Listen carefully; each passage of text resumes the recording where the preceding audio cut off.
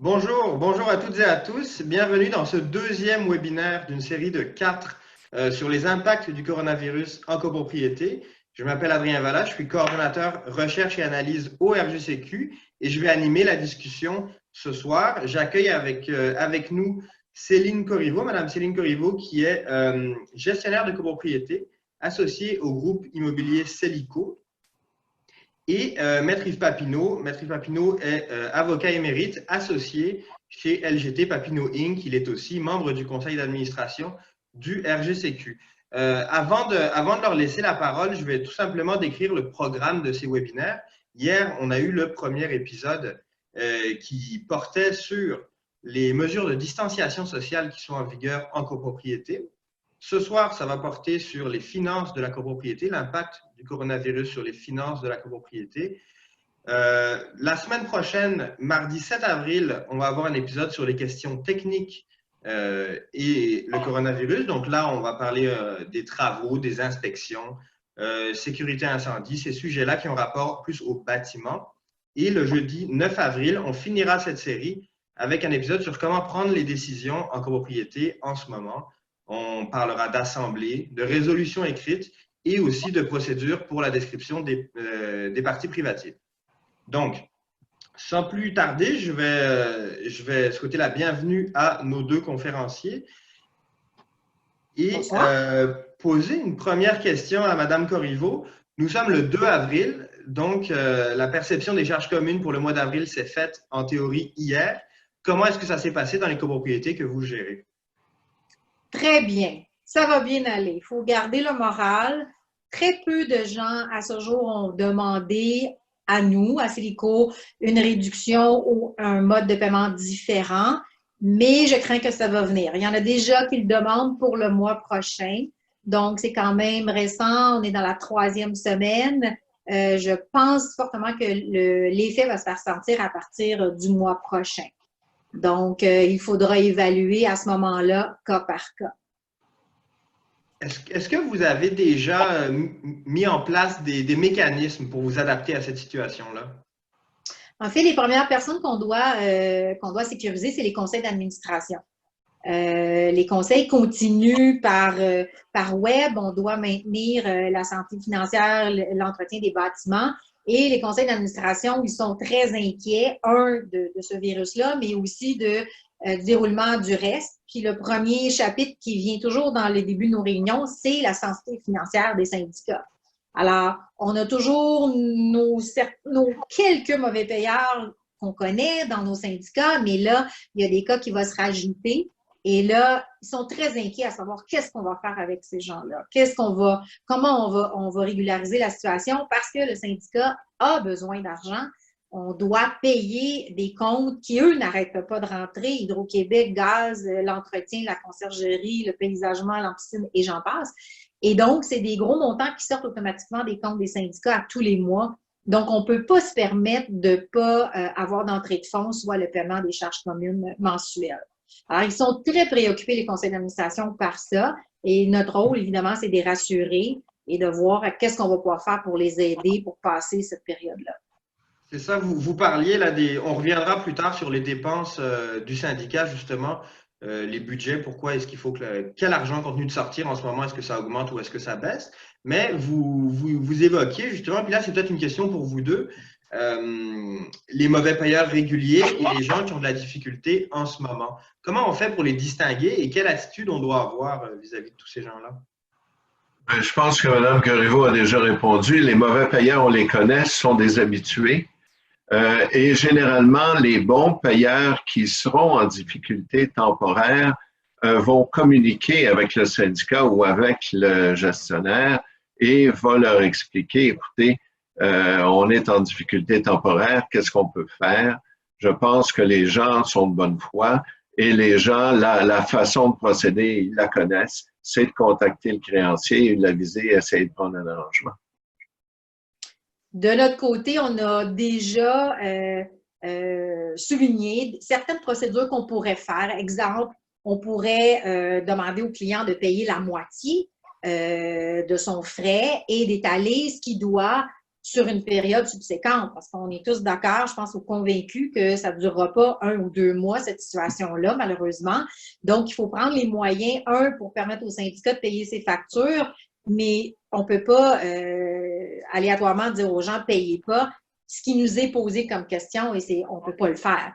Donc, on a, en tant que syndicat, on doit contrôler les dépenses, comme tu disais tout à l'heure. Donc, il faut vraiment, actuellement, de mon côté, la directive est de ne pas faire de dépenses extraordinaires. On va maintenir l'entretien.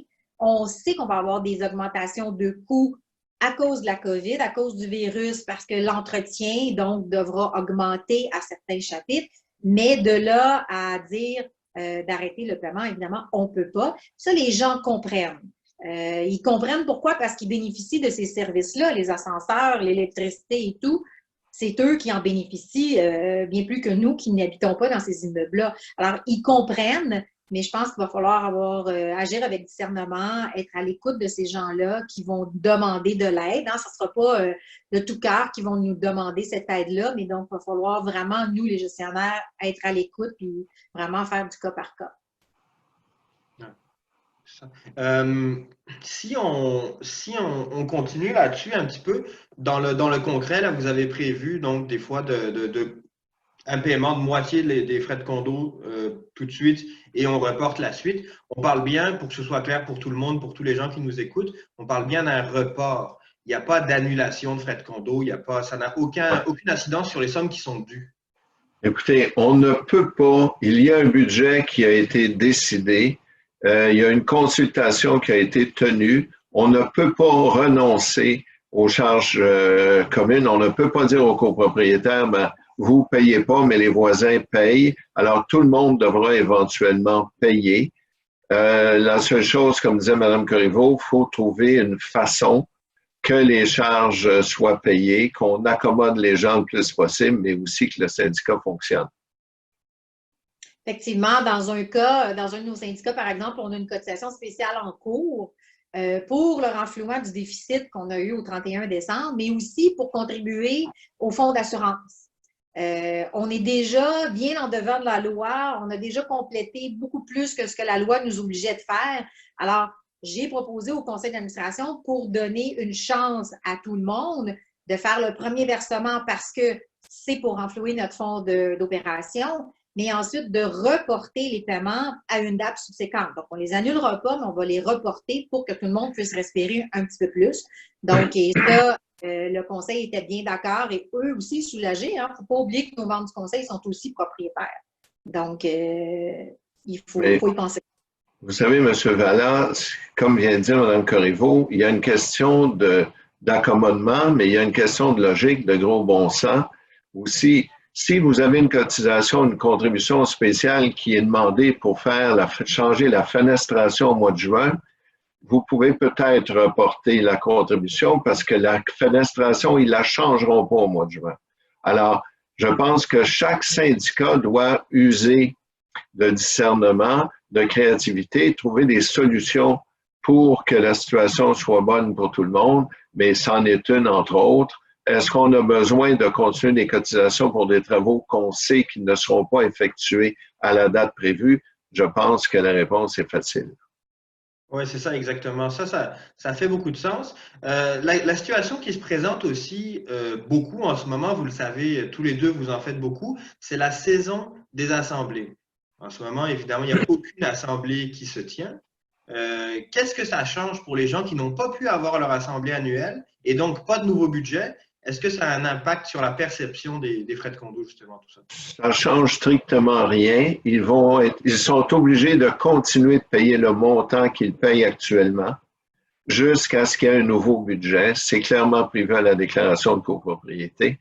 Alors, à moins qu'il y ait un déficit important, à moins qu'il y ait des dépenses importantes pour lesquelles on peut s'asseoir, les conseillers juridiques ou avec les gestionnaires ou les administrateurs, trouver une solution, le budget continue et les gens continuent de payer. Il n'y a pas de problème avec ça.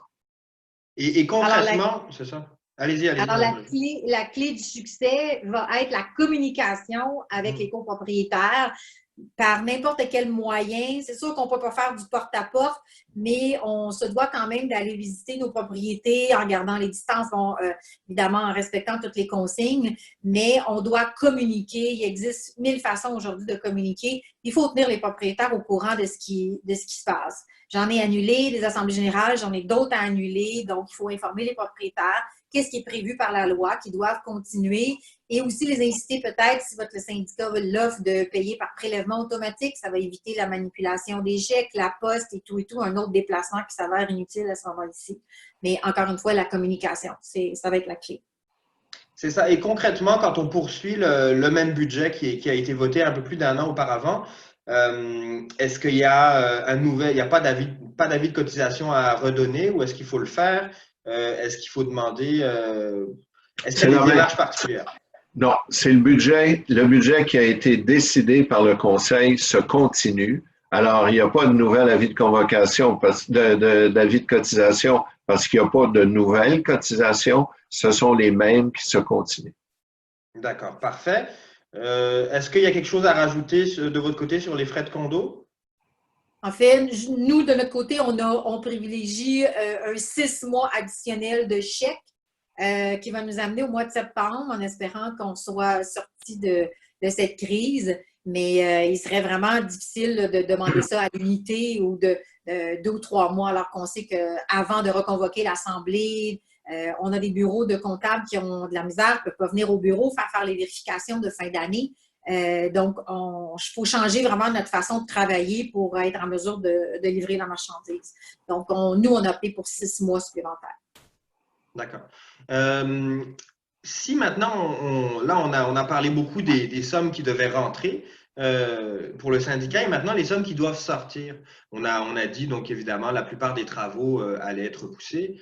Il y a aussi beaucoup de travaux qui vont peut-être être annulés si on parle d'amélioration, par exemple, ou repoussés vraiment à plusieurs années. Est-ce que dans la situation actuelle, au niveau des dépenses du syndicat, il va y avoir un gros impact, selon vous? Au moment où on se parle, non, parce qu'on vient de commencer, à moins que le syndicat avait une situation financière très précaire, ce qui est, je pense, la situation dans certains cas. Par contre, encore une fois, il faut analyser la situation du syndicat et voir exactement qu'est-ce qui passe comme charge fixe dans le compte de banque, les retraits, l'assurance, l'hydro. Ce sont tous des paiements qui sont automatiques, nonobstant la situation financière. Alors, il faut vraiment, nous, les gestionnaires, voir le cash flow, le fonds de roulement du syndicat pour être sûr que ces paiements-là vont être acquittés. Et ensuite, dire, OK, on va retarder le transfert au fonds de prévoyance pour ce mois-ci si on a moins de fonds de roulement dans le compte jusqu'au mois prochain. On n'aura pas le choix. Si on arrive à la fin de l'année et on n'a pas été capable de transférer toutes les sommes au fonds de prévoyance, comme le prévoyait le budget qu'on a déposé en consultation à l'Assemblée générale, on n'aura pas le choix que d'avoir des interfonds. On devra cet argent-là au fond. Mais on traversera la rivière quand on rentre au pont. Mais pour l'instant, nous, c'est ce qu'on fait. On analyse les charges fixes qui doivent passer au compte, les salaires, l'hydro, l'assurance, les grandes dépenses finalement des syndicats. Et ensuite, on voit ce qu'on va être capable de faire payer comme contribution. Et après ça, on est capable vraiment de tenir le syndicat avec sans problème financier pour passer au travers de cette crise-là. Peut-être ajouter, M. Vallat, si vous me permettez, il faut faire attention aussi parce qu'on a des dépenses qui peuvent augmenter. C'est sûr que les dépenses de base, comme dit Mme Corriveau, demeurent les mêmes. Qu'on utilise la piscine ou pas, il faut l'entretenir, il faut nettoyer le garage, il faut nettoyer les parties communes, mais on a peut-être un peu plus de conciergerie et d'achat de produits aussi. C'est sûr que si on a un budget d'1 million par année, ça ne devrait pas modifier tellement le budget, mais si on parle d'une petite copropriété, qu'on augmente les frais de conciergerie, les frais d'achat de produits, il y a effectivement une augmentation des dépenses. Et question qui nous est posée, Mme Papineau aussi, est-ce que certains conseils disaient, est-ce qu'on pourrait, par exemple, ne pas déposer l'argent au fonds de prévoyance cette année, vu que notre fonds est déjà bon, on pourrait prendre un break puis pas mettre l'argent au fonds de prévoyance, qui aiderait le non-paiement de certains copropriétaires. Donc, alors, écoutez, ce que vous me posez comme question, c'est comme me demander, est-ce qu'on peut aller fouiller dans le fonds de prévoyance pour payer les opérations? La réponse, c'est non. Quand on a un budget qui a été établi, je vois mal qu'on ne dépose pas les sommes qu'on a demandées parce que là, il y a un copropriétaire qui pourrait finir par dire, vous m'avez demandé 2 000 $ cette année pour mettre au fonds de prévoyance. Si vous ne l'avez pas déposé, vous m'avez créé un préjudice. Alors, on ne touche pas au fonds de prévoyance, on ne peut pas emprunter au fonds de prévoyance et on trouve des solutions. Vous savez, je disais tantôt, il faut être créatif. Moi, j'ai un syndicat où je leur ai suggéré, parce qu'il y avait différents revenus dans l'immeuble, on a demandé aux copropriétaires pour qui la vie était belle, les finances étaient bonnes, de devancer des paiements de frais de condo. De toute façon, il va devoir les payer pareil. Et pour certains, ça ne changera rien, surtout au taux d'intérêt qu'ils ont présentement dans leur compte de banque. On a demandé à des copropriétaires de payer des mois d'avance pour assurer d'avoir des revenus suffisants. L'autre question qui nous est posée, est-ce que ce serait facile pour un syndicat d'aller chercher une marge de crédit ou un emprunt bancaire? Moi, je connais la réponse, mais j'aimerais bien l'entendre de vous. Alors, Madame Corriveau, premièrement, pour faire un emprunt, il va falloir aller à la banque et on ne peut pas y aller à la banque. Deuxièmement, les banques, c'est un peu comme les assurances. Souvent, quand on n'en a pas besoin, ils sont prêts à nous prêter. Quand on en a besoin, ils sont moins prêts. Mais est-ce qu'on a vraiment besoin de faire des emprunts? Je ne suis pas convaincu, là. Si on parle dans 6 mois, peut-être, pour l'instant, de toute façon, si on fait des emprunts, souvent le créancier va demander d'avoir des garanties. Et pour donner des garanties, ça va prendre une assemblée de copropriétaires. Alors, pour l'instant, il faut essayer de trouver des solutions autres. Si ça perdure, peut-être qu'on sera en mesure de vous fournir des solutions, mais pour l'instant, je pense qu'on oublie cette possibilité-là. C'est ça, mais toutes ces interventions, ça nous amène peut-être au dernier point de cette partie de présentation, qui est de se poser la question, qu'est-ce qui se passe pour un syndicat s'il n'a plus de liquidité et qu'il doit vraiment, il n'y a plus de fonds de roulement et il doit vraiment faire une cotisation spéciale pour continuer à fonctionner? Bien, premièrement, je ne comprends pas qu'il ferait une cotisation spéciale. Il a juste à percevoir les sommes qui lui sont dues. Vous savez, c'est un peu difficile de dire ça, là, mais à un moment donné, on choisit qui on paye. Alors, un exemple facile, le copropriétaire qui ne peut pas payer et son hypothèque et ses charges communes n'a qu'à contacter le prêteur hypothécaire puis lui dire, écoutez, c'est où je vous paye vous autres en totalité et je ne paye pas le syndicat, ou je paye le syndicat et je vous paye en partie. Le créancier hypothécaire, de toute façon, ne devrait pas être contre ça, parce que si au bout de la ligne, vous ne payez pas les charges communes, c'est lui qui va devoir les payer. Alors, il y a toujours moyen, quant à moi, de trouver une solution pour balancer son budget. On peut couper ici, arranger là, mais effectivement, s'il faut demander des contributions spéciales, il va falloir tenir une assemblée de copropriétaires, ce qui n'est pas pratique dans la période que l'on connaît. C'est ça, mais ça peut être possible malgré tout s'il y a une urgence. On pense à des travaux vraiment urgents de sécurité, la façade qui s'effondre sur une partie ou des choses comme ça, par exemple. Regardez, oui, on a vu qu'il y avait une possibilité d'avoir des assemblées virtuelles.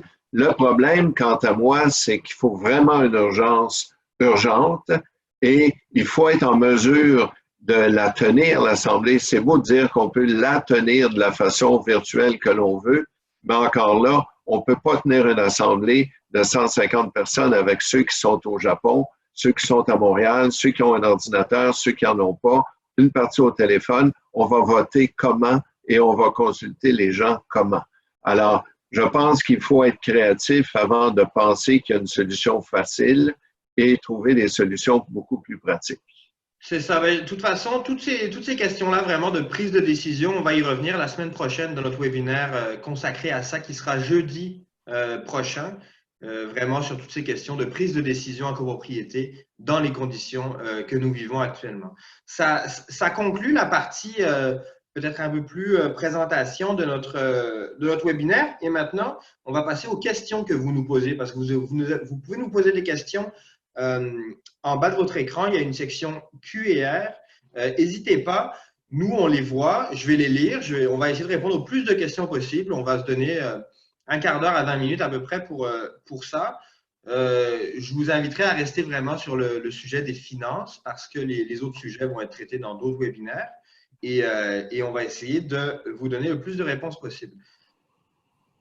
On a justement une question sur les cotisations spéciales. On va voir si on y a déjà répondu. On nous demande, nous devons demander une cotisation spéciale pour payer les dépenses courantes parce qu'il va manquer de l'argent pour payer les factures du mois de mai. Il y a déjà un document de justification, un tableau détaillé des nouvelles dépenses. Il voudrait transmettre par courriel et les informer que les administrateurs voudraient transmettre par courriel tous les documents aux copropriétaires et les informer que nous sommes disponibles pour répondre aux questions. Est-ce que c'est la bonne façon de faire? Ben, on l'a dit quand même, une cotisation spéciale, c'est obligatoirement une assemblée. Oui, mais regardez ce qui peut être fait. Je constate qu'il s'agit d'un immeuble de 18 condos. Il y a toujours moyen de tenir une assemblée que moi j'appelle une assemblée par procuration, c'est-à-dire que vous convoquez l'assemblée pour une date suffisamment loin, vous envoyez avec votre convocation tous les documents, les explications, vous offrez aux copropriétaires de répondre à leurs questions par téléphone, Skype, Zoom ou tout ce que vous voulez. Et une fois que toutes ces informations-là sont données, vous demandez aux 18 copropriétaires de donner une procuration à une seule personne qui, elle, se présentera avec le président de l'Assemblée. Donc, on respecte les normes du gouvernement et on tiendra une assemblée avec un copropriétaire qui aura les procurations des 18 personnes. C'est une chose, si tout le monde est bonne foi, tout le monde veut que ça aille bien, c'est une chose possible. Ce qui est peut-être pas le cas quand on a 150 appartements ou qu'on a des gens qui ne veulent pas aider les autres. D'accord, merci. On a une deuxième question. Je pense qu'on y a déjà répondu parce qu'elle est arrivée tôt dans la présentation, qui était comment élaborer une procédure pour retarder un paiement de frais de condo pour un copropriétaire qui a perdu son emploi. Donc, je pense, Madame Corriveau, qu'on a déjà… C'est vraiment, vraiment du cas par cas. Il ne faut pas hésiter à communiquer avec le gestionnaire ou le syndicat si vous n'avez pas de gestionnaire attitré pour demander une possibilité d'extensionner votre paiement, de rediriger le paiement, de l'extensionner, mais surtout, comme je disais au début, il ne faut pas prendre pour acquis et prendre la cause actuelle pour ne pas payer ses frais de condo. On l'a dit tout à l'heure, on a vraiment des obligations en tant que syndicat à rencontrer, mais je crois que tous les gestionnaires et tous les conseils d'administration vont être à l'écoute de ces personnes-là. Ce n'est pas de grand plaisir que tu appelles pour dire que tu ne peux pas payer et rencontrer une obligation.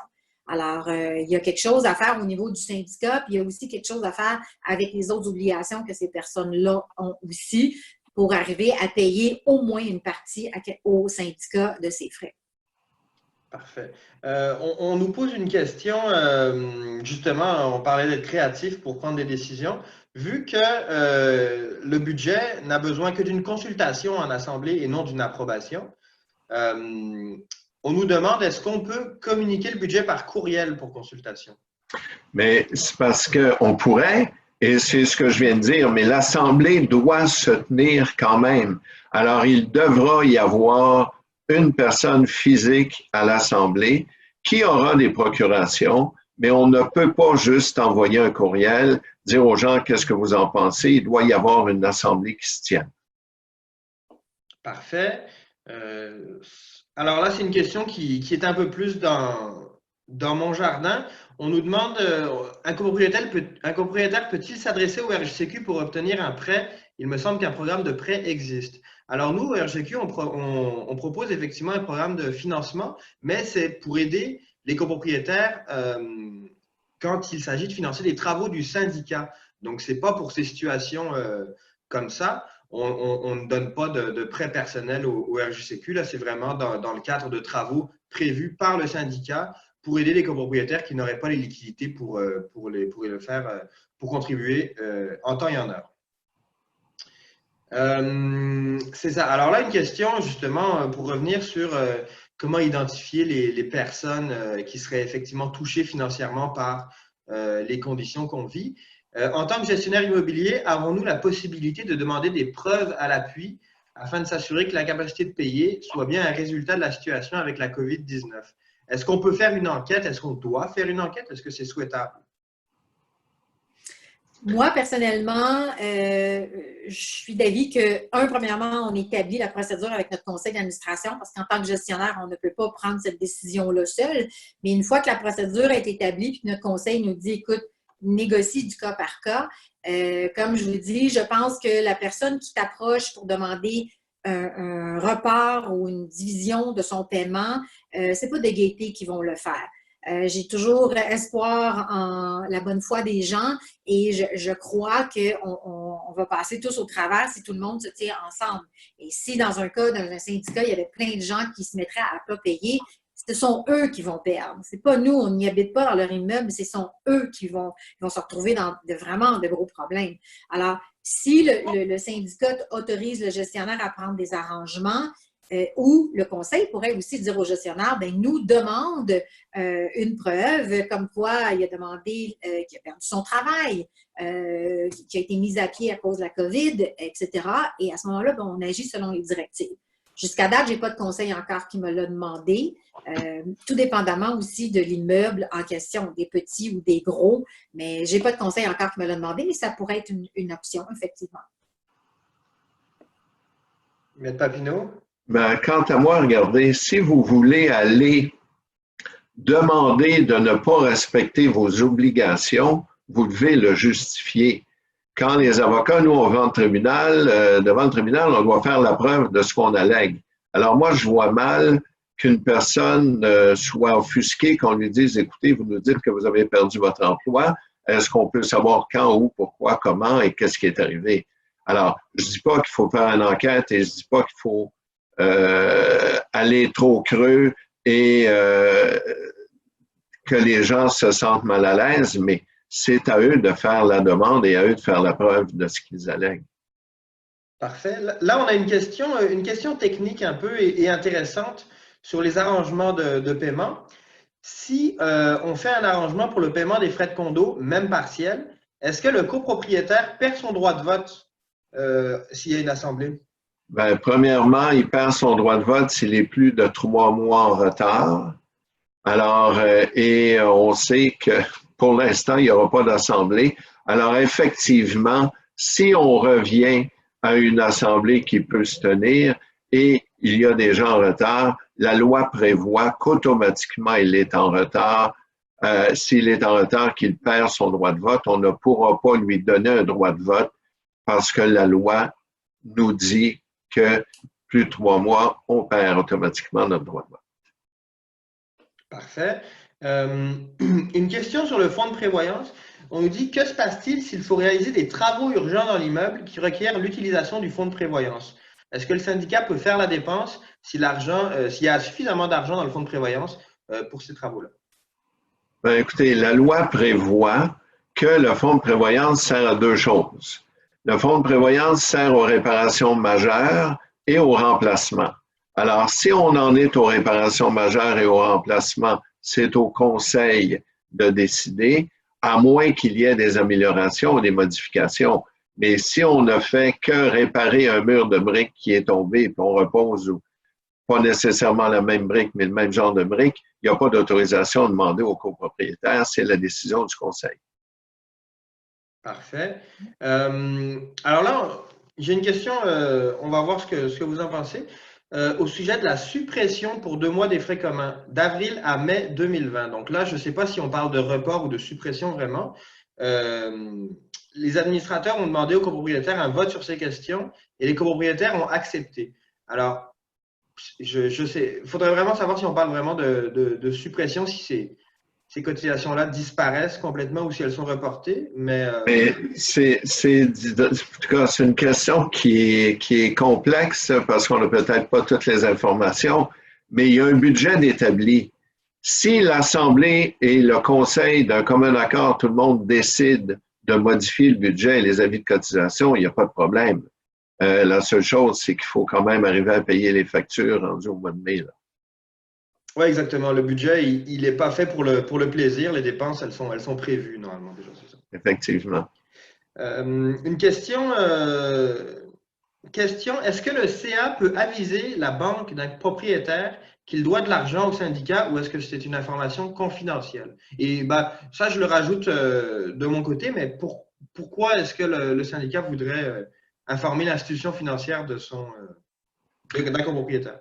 Alors, souvent dans les actes hypothécaires, c'est prévu et dans la déclaration de copropriété, c'est prévu que le syndicat doit aviser le créancier hypothécaire et la raison pourquoi il aviserait le créancier, outre l'obligation contractuelle qu'il a, c'est pour mettre un peu de pression sur le copropriétaire pour qu'il fasse les paiements ou aussi pour aviser la banque que son débiteur ne fait pas le paiement des charges et qu'éventuellement, c'est le créancier qui va se retrouver à devoir faire les paiements. D'accord. Parfait. Alors, on a plusieurs questions sur les travaux, les décisions de travaux. Tout ça, on va l'aborder la semaine prochaine dans les webinaires, là, donc on n'y répondra pas nécessairement ce soir, mais je vous invite à vous reconnecter la semaine prochaine. Faut savoir aussi que tous ces webinaires vont être disponibles en différé. Vous pourrez réécouter les enregistrements gratuitement au même endroit où vous avez trouvé le lien finalement pour venir voir le webinaire aujourd'hui. Donc, si jamais vous avez manqué quelque chose, si jamais vous ne pouvez pas être disponible à l'heure précise, vous pourrez retourner voir tout ça.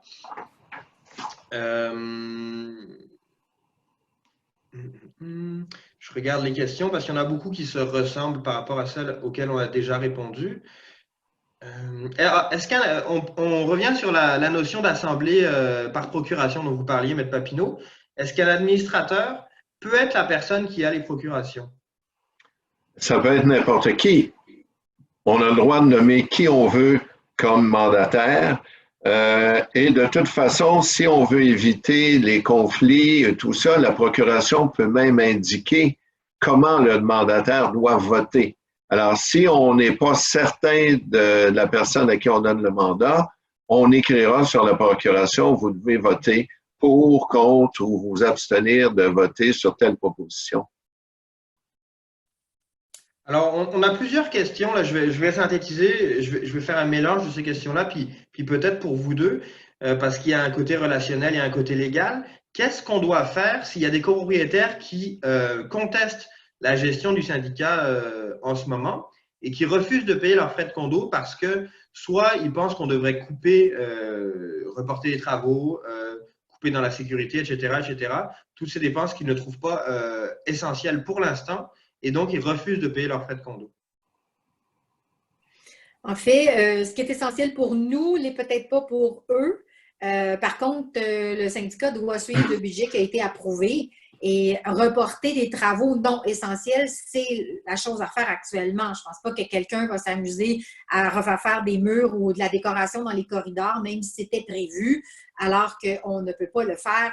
On a l'interdiction des travaux, mais aussi financièrement, ce ne serait pas un choix judicieux pour un syndicat. Maintenant, si un copropriétaire n'est pas d'accord, ben, c'est toujours à l'Assemblée générale qui peut faire voir son point et il n'y a pas, lui, l'autorité de dire ben, « moi, je ne paye pas sans conséquence ». Ce n'est pas parce qu'il n'aime pas ce qui se fait au niveau de la gestion ou de l'administration qu'il peut choisir unilatéralement de ne pas payer ses frais. Il y a des conséquences à ça et là, ben, le syndicat devra prendre les mesures qui s'imposent contre ces personnes-là. Et ces gens-là, ben, à l'Assemblée générale, quand elle aura lieu, ben, ils seront élus sur le conseil, puis ils feront la gestion comme ils pensent que c'est mieux que ça doit être fait. Il n'y a pas d'autre solution pour le moment. Alors, peut-être l'autre côté, comme dit Mme Corriveau, là, le copropriétaire ne peut pas se rendre justice lui-même, ne peut pas décider qu'il ne paie pas. Les cotisations sont exigibles et sont payables, il doit les payer. S'il n'est pas heureux de la décision ou des décisions du Conseil, à la prochaine élection, il n'a qu'à voter pour d'autres membres du Conseil d'administration. Au pire, aller, s'il y a un groupe de copropriétaires qui demande la destitution ou une nouvelle élection, à ce moment-là, le problème que l'on a, c'est que toujours la même chose, on ne peut pas tenir d'assemblée, mais effectivement, on pourrait demander la destitution et trouver une façon de faire une assemblée. Mais il reste que Vous savez que les gens soient d'accord ou pas, comme a dit Mme Corriveau, le conseil, lui, doit décider en fonction du bien-être de l'immeuble et des copropriétaires, et non pas, comme on a eu dans un syndicat, la personne s'insurgeait contre le fait qu'on ait fermé la piscine parce que lui, il y allait tous les jours depuis 20 ans. Écoutez, lui, c'est peut-être ça, mais le bien-être de tout le monde, c'était de la fermer, la piscine. Alors, je pense qu'on ne peut pas se rendre justice soi-même. Il paiera, sinon, il aura les recours judiciaires qui s'imposent, qui seront pris par le syndicat. De la même façon où certains propriétaires voient que des services ne sont plus disponibles actuellement, fermeture des gymnases, les piscines ne sont pas ouvertes, les terrasses communes ne seront pas ouvertes et certains manifestent leur désaccord en vertu de ça, malgré les demandes gouvernementales. Et déjà, on a des questions à dire, bien, finalement, nos frais devraient être coupés de moitié parce qu'on n'a pas tous les services pour lesquels on paie nos frais. Alors, ce n'est pas de gaieté de cœur que les syndicats prennent ces décisions-là, c'est pour protéger la santé de tous et la loi nous oblige, nous interdit d'ouvrir ces espaces communs-là. Donc, est-ce que les gens pourraient ne pas payer? La piscine va être ouverte, mais on ne pourra pas y aller et on doit l'entretenir, on n'aura pas le choix. Alors, ça aussi, là, réduire une partie des frais de condo parce qu'une partie des services ne sera pas accessible pour X nombre de temps, c'est impossible aussi à faire. Parfait. On va répondre à une dernière question avant de se quitter. On me demande si le syndicat accepte de différer la perception des frais de condo d'un copropriétaire, serait-il approprié de demander des frais d'intérêt pour compenser le paiement différé? Écoutez, la déclaration prévoit que celui qui ne peut pas attendre ses charges doit payer des intérêts. Par contre, à la prochaine assemblée des copropriétaires, l'Assemblée pourrait voter une exception en disant, écoutez, il est arrivé une situation exceptionnelle, on accepte qu'il n'y ait pas de frais d'intérêt de payer aux gens de bonne foi qui n'ont pas pu payer leurs charges à temps, mais en attendant, ils doivent être comptabilisés comme la déclaration le prévoit. Parfait. C'est tout le temps qu'on avait pour ce soir. Je remercie vraiment beaucoup nos deux conférenciers, Céline Corriveau et Yves Papineau. Vous avez été très, je pense, très utiles pour tous les gens qui nous ont suivis ce soir. Et c'était vraiment très apprécié que vous preniez ce temps-là pour partager vos connaissances avec eux. Donc, à tous les participants, à tous les auditeurs, je vous remercie aussi d'avoir été là. Restez à l'écoute pour les prochains webinaires sur le coronavirus et vous pourrez les consulter en différé à votre convenance. Merci beaucoup et bonne soirée. Merci, bonne fin de soirée.